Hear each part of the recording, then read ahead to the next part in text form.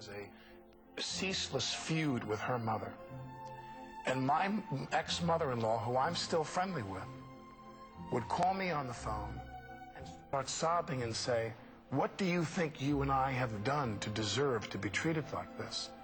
My ex-mother-in-law just called me the other day because the child went this spring to go to this area, and the mother took the kid on a tour to meet every single relative except the child's maternal grandmother. So the parental alienation that I've been experiencing has a ripple effect that affects countless other people. Now, surely you know that, when people heard the message, which was really never supposed to be leaked, it was a private conversation between, you, the message machine, and your daughter, was leaked to the press. The problem that most people had, I think, was the use of the word pig. Yeah, I think that what had happened at that point was I had reached a point, and I think if you're going to take a break pretty soon. About 2 minutes? No, yeah. well, here's what happens. In divorce litigation, there's a thing called the right of first refusal. And in that, if you and I are divorced, and you have primary custody, and you travel to go to work, you are obligated to give me the child. Right. You have joint custody. Yes? No? We have joint legal custody. I mean, the terms you're using. Okay, No, but I'm going to explain to you. Because there are two sides to this. There are always to every story. There are two sides. Go ahead. Right, but I'm not discussing that. What I'm saying is that in the right of first refusal orders that I have that were given to me by a judge, right. If she goes away, she has to give me the child. And we knew that she didn't do that 3 consecutive times in a row.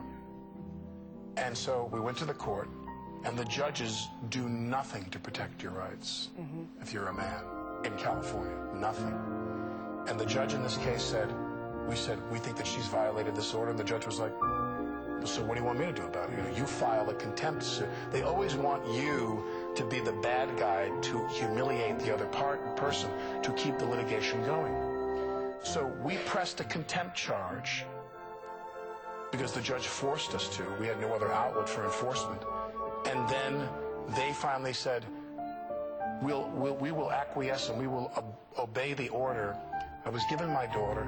I had 2 blissful weeks with my daughter. And I'm not talking about the Disney dad syndrome where it's taking her shopping and going to dinner and this. I mean, I'm making the kid toast. I'm doing her homework. I'm standing in a room and the phone rings and she says, "I forgot my ballet shoes. Will you go get the ballet shoes for me?" And I'm sitting there going, "Will I go get the ballet shoes for you?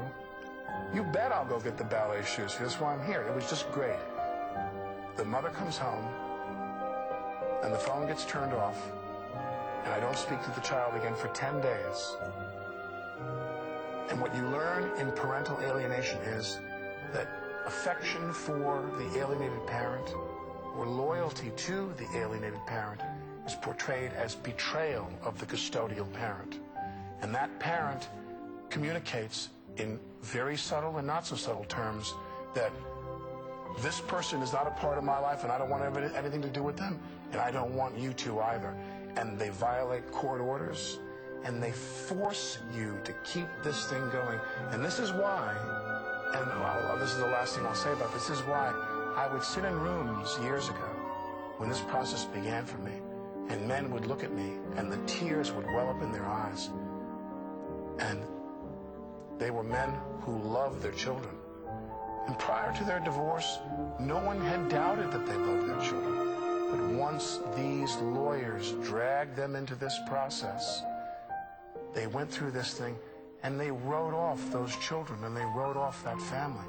I'd look at a guy and I'd say, "Bob, where are you now?" He says, "I'm remarried, I have a wonderful wife, and I have 2 kids, and I never see my kids from my first marriage." He says, "I had to write it off." That's a tragic That's thing. what's happened, So that's what happens to a lot of people. All right, we're going to take a break. We're going to come back, and we're going to talk more about how this has affected your career and what decisions you have recently made that you want to tell people about. We'll be back with Alec Baldwin right after this.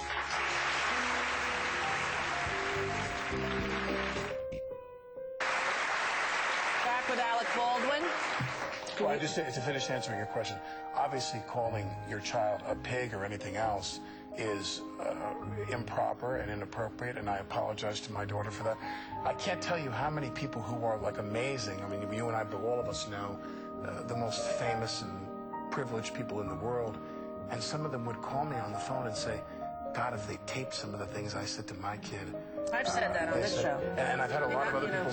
And I've had a lot of other people say to me, if all of us were to lose our custody rights because you had you said something inappropriate, we would have a parentless society, basically. So. Well, the sad thing is, you know, what everybody has opinions on it, and it's really something between the family, you and this child. But you also have a very big career. How is this affecting you? Well, you used to. What about 30 Rock? What happens to your future? I'll tell you, I see where, I was telling somebody how, you know, things have changed so much since I was a child. And things like this would happen, and a woman might go and have lunch with her friends, or go see her family, or she might go to the country club, or to a group she was involved with, and tell people what she was feeling about what was going on, and share with them. And that was what was public. And I think you're a great guy when you hang in, because it's not one phone call. Thanks your whole life. We'll be right back after this with some of the